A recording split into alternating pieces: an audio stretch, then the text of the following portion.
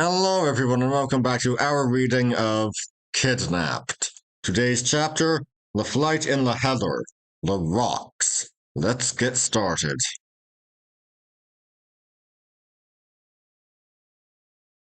Sometimes we walked, sometimes ran, and as it drew on to morning, walked ever the less and ran the more, though upon its face the country appeared to be a desert. Yet there were huts and houses of the people, of which we must have passed more than 20, hidden in quiet places of the hills. When we came to one of these, Alan would leave me in the way, and go himself and rap upon the side of the house and speak a while at the window with some sleeper awakened.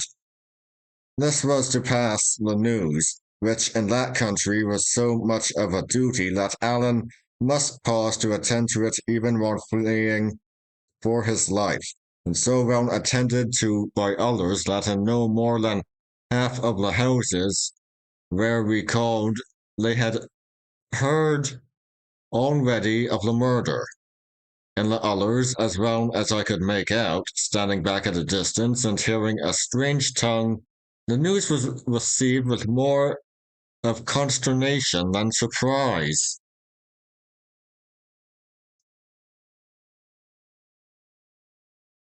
For all our hurry, day began to come in while we were still far from any shelter.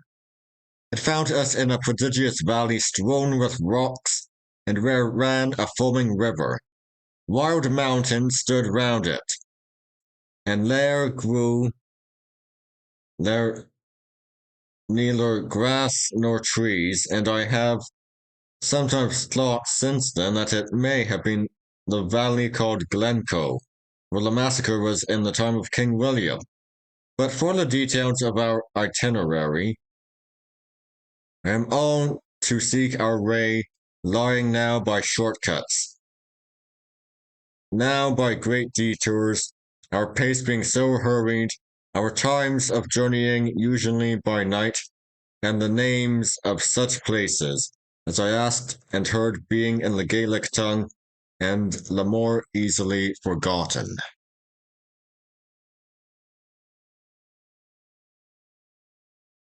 The first peep of morning then showed us this horrible place, and I could see Alan knit his brow.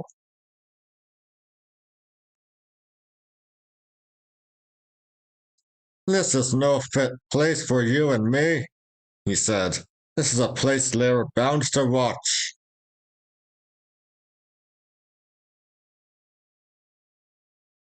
And with that, he ran harder than ever down to the waterside in a part where the river was split in two among three rocks.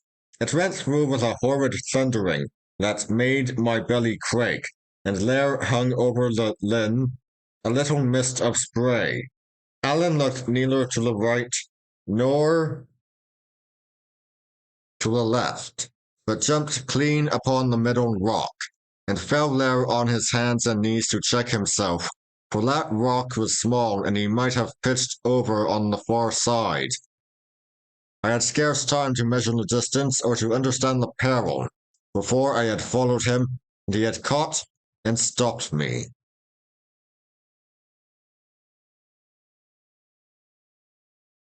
So there we stood, side by side upon a small rock slippery with spray, a far broader leap in front of us, and the river dinning upon all sides. When I saw where I was, there came on me a deadly sickness of fear, and I put my hand over my eyes.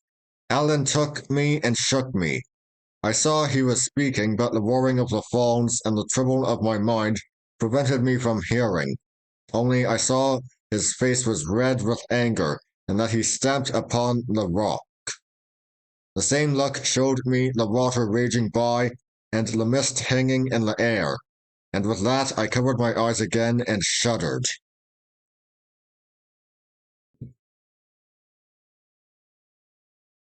The next minute, Alan had set the brandy bottle to my lips and forced me to drink about a gill, which sent the blood into my head again.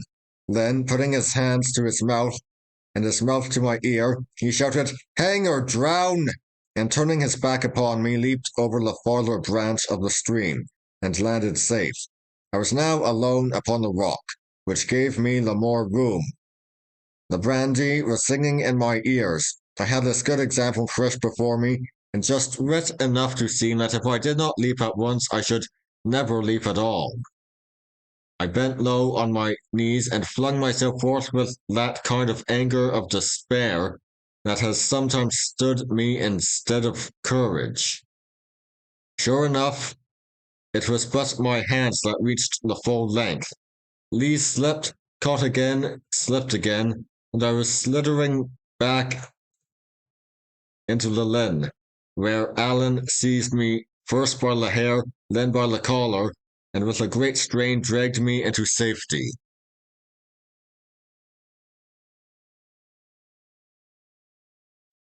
Never a word he said, but set off running again for his life, and I must stagger to my feet and run after him. I had been very wary before, but now I was sick and bruised and partly drunken with the brandy. I kept stumbling as I ran. I had a stitch that came near to overmaster me. And when at last Allen paused under a great rock that stood there among a number of others, it was none too soon for David Balfour.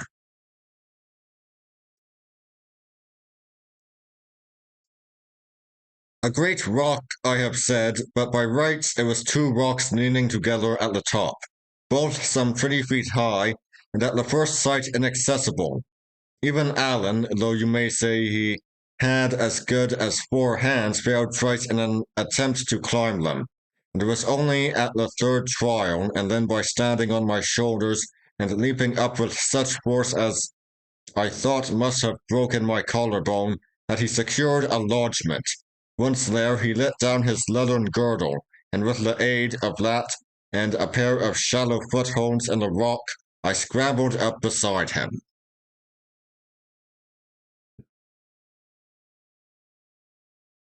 Then I saw why he had come there, for the two rocks, being both somewhat hollow on the top and sloping one to the other, made a kind of dish or saucer, where as many as 3 or 4 men might have lain hidden.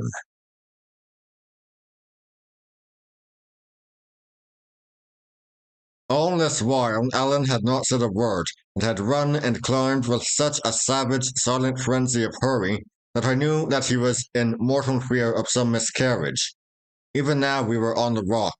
He said nothing, nor so much as relaxed the frowning look upon his face, but clapped flat down, and keeping only one eye above the edge of our place of shelter, scouted all around the compass.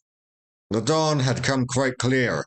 We could see the stony sides of the valley and its bottom, which was bestrewed with rocks, and the river which went from one side to another, and made right falls, but nowhere the smoke of a house nor any living creature, but some eagles screaming round a cliff.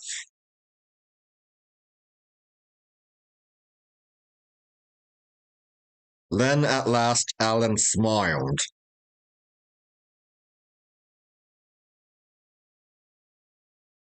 Ah, said he, now we have a chance.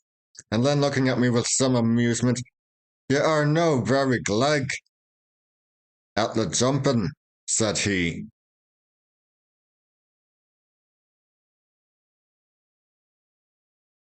At this I suppose I coloured with mortification, for he added at once, Boots small blame to ye. To be feared of a thing and yet to do it is what makes the prettiest kind of a man. And then there was water there, and what is a thing that dauntens even me? No, no, said Allen. It's no you that's to blame, it's me.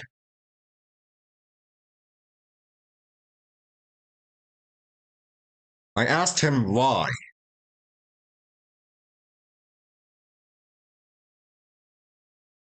Wah, said he, I have proved myself a gomerel last night. For first of all, I take a wrong road and that in my own country of Appin, so that the day has caught us where we should never have been, and thanks to that we're la here in some danger and mere discomfort. And next, which is the worst of the two for a man that has been so much among the heather as myself, I have come wanting a water bottle, and here will lie for a long summer's day with nothing but neat spirit. You may think that a small matter, but before it comes night, David, you'll give me news of it.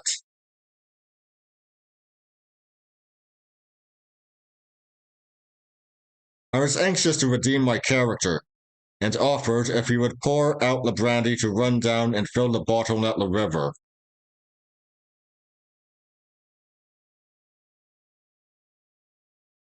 I wouldn't risk the good spirit either, says he. It's been a good friend to you this night, or in my poor opinion you would still be cocking on yon stone.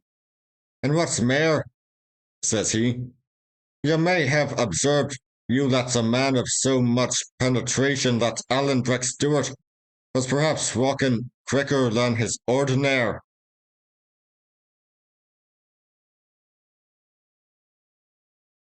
You? I cried. You were running fit to burst.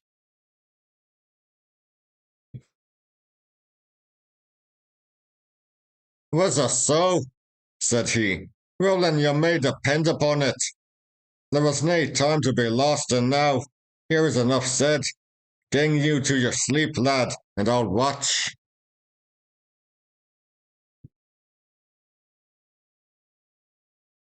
Accordingly, I lay down to sleep.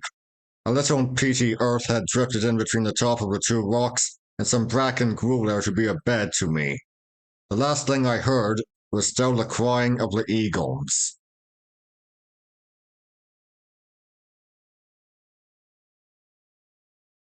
I dare say it would be 9 in the morning when I was roughly awakened, and found Alan's hand pressed upon my mouth.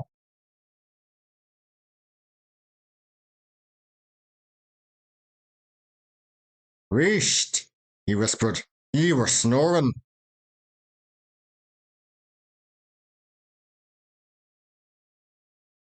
Well, said I, surprised at his anxious and dark face, and why not?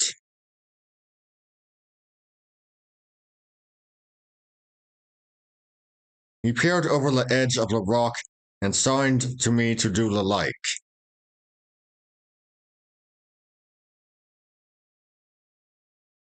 It was now high day, cloudless and very hot.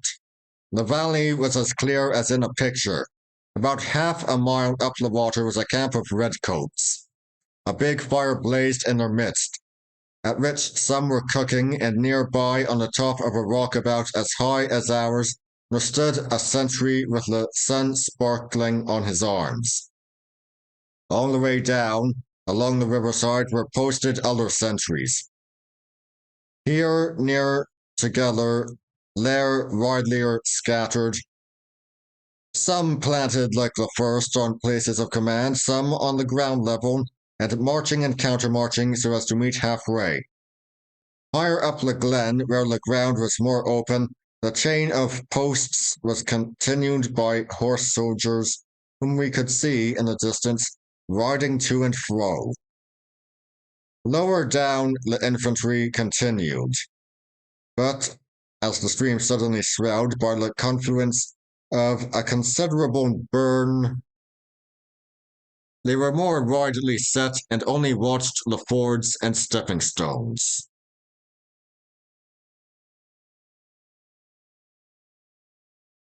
I took but one look at them and ducked again into my place. It was strange indeed to see this valley, which had lain so solitary in the hour of dawn, bristling with arms and dotted with the red coats and breeches.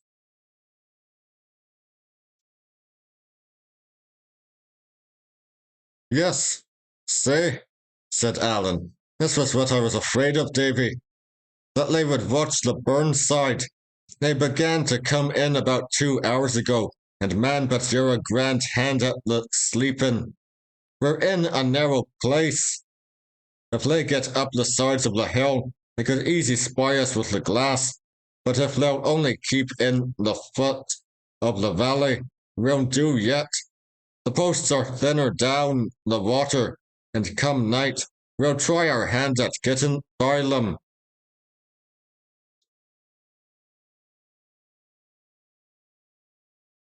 And what are we to do till night?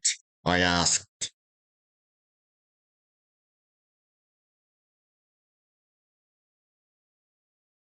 La here, says he, and Bursel.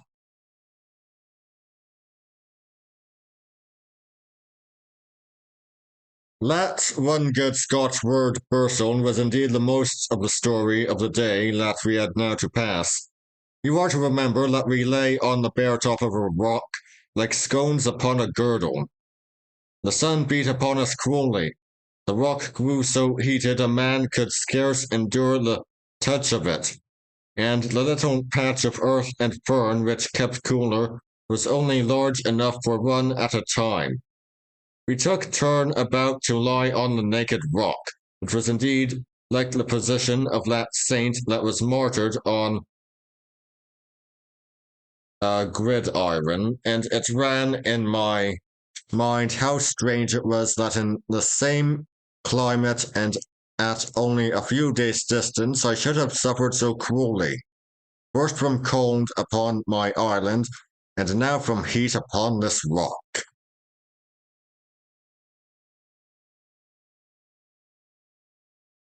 All the while we had no water, only raw brandy for a drink, which was worse than nothing, but we kept the bottle as cool as we could, burying it in the earth, and got some relief by bathing our breasts and temples.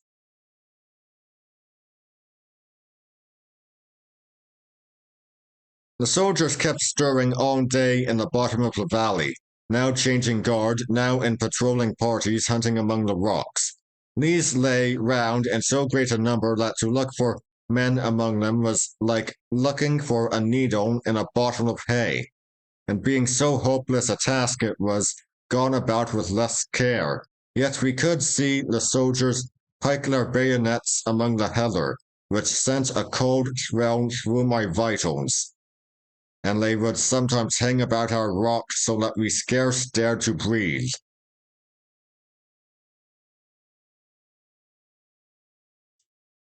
It was in this vein that I first heard the right English speech. One fellow, as he went by, actually clapping his hand upon the sunny face of the rock on which we lay, and plucking it off again with an oath.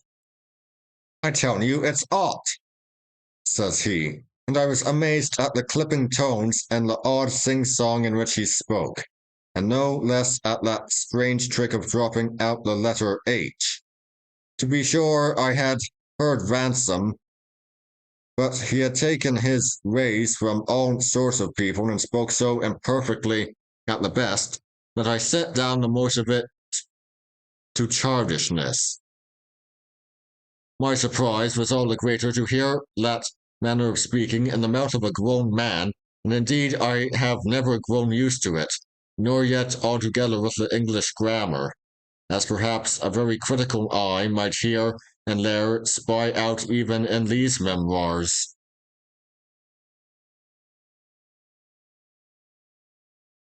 The tediousness and pain of these hours upon the rock grew only greater as the day went on, the rock getting still the hotter, and the sun fiercer. There were giddiness and sickness and sharp pangs like rheumatism to be supported. I minded then, and have often minded since, on the lines in our Scotch psalm: the moon by night thee shall not smite, nor yet the sun by day. And indeed, it was only by God's blessing that we neither of us were sun smitten.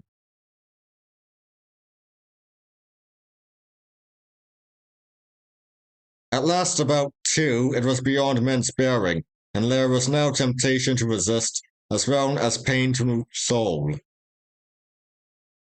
For the sun being now got a little into the west, there came a patch of shade on the east side of our rock, which was the side sheltered from the soldiers.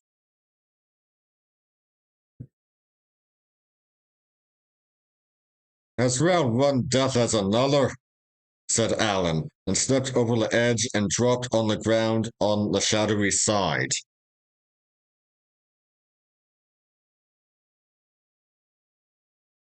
I followed him at once and instantly fell all my length, so weak was I and so giddy with that long exposure.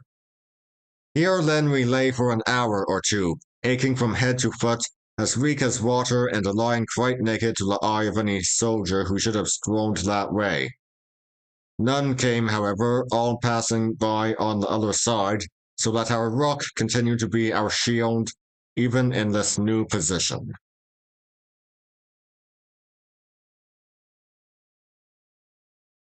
Presently we began again to get a little strength, and as the soldiers were now lying closer along the riverside, Allen proposed that we should try a start.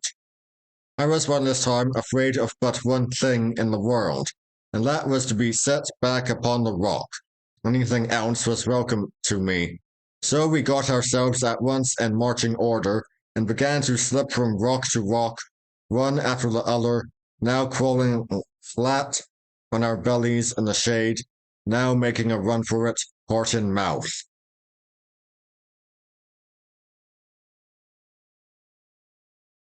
The soldiers, having searched this side of the valley after a fashion, and being perhaps somewhat sleepy with the sultriness of the afternoon, had now laid by much of their vigilance, and stood dozing at their posts, or only kept a lookout along the banks of the river, so that in this way, keeping down the valley, and at the same time toward the mountains, we drew steadily away from their neighborhood.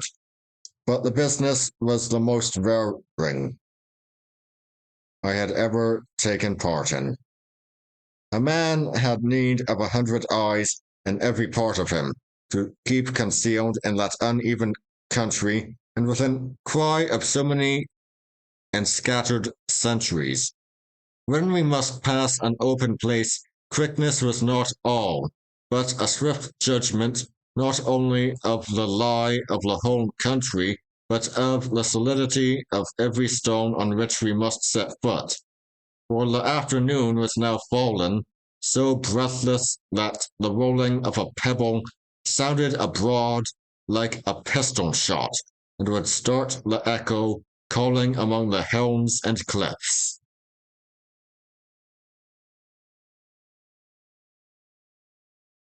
By sundown we had made some distance, even by our slow rate of progress, though to be sure the sentry on the rock was still plainly in our view. But now we came on something that put all fears out of season, and that was a deep, rushing burn that tore down in that part to join the Glen River. At the sight of this, we cast ourselves on the ground and plunged head and shoulders in the water, but I cannot tell which was the more pleasant, the great shock as the cool stream went over us, or the greed with which we drank of it.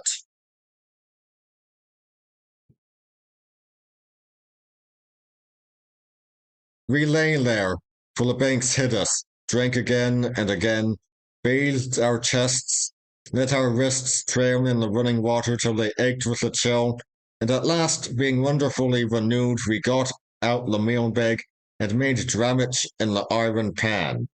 This, though it is but cold water mingled with oatmeal, yet makes a good enough dish for a hungry man. And where there are no means of making fire, or, as in our case, good reason for not making one, it is the chief standby of those who have taken to the heather.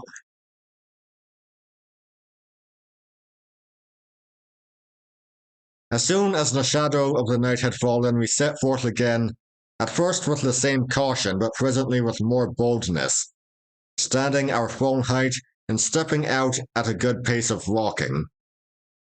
This was very intricate, lying up the steep sides of mountains and along the brows of cliffs. Clouds had come in with the sunset, and the night was dark and cool, so that I walked without much fatigue, but in continual fear of falling and rolling down the mountains, and with no guess at our direction.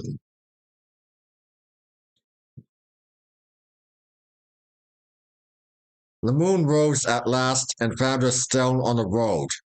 It was in its last quarter and was long beset with clouds.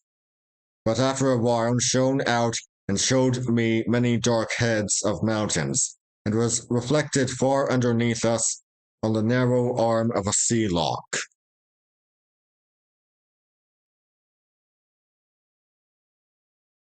At this sight we both paused. I struck with wonder to find myself so high, and walking, as it seemed to me, upon clouds.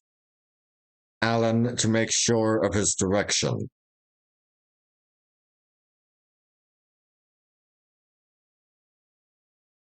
Seemingly he was well pleased, and he must certainly have judged us out of earshot of all our enemies. For throughout the rest of our night march he beguiled the way with whistling of many tunes, warlike, merry, plaintive, real tunes that made the foot go faster, tunes of my own south country that made me fain to be home from my adventures, and all these on the great dark desert mountains, making company upon the way.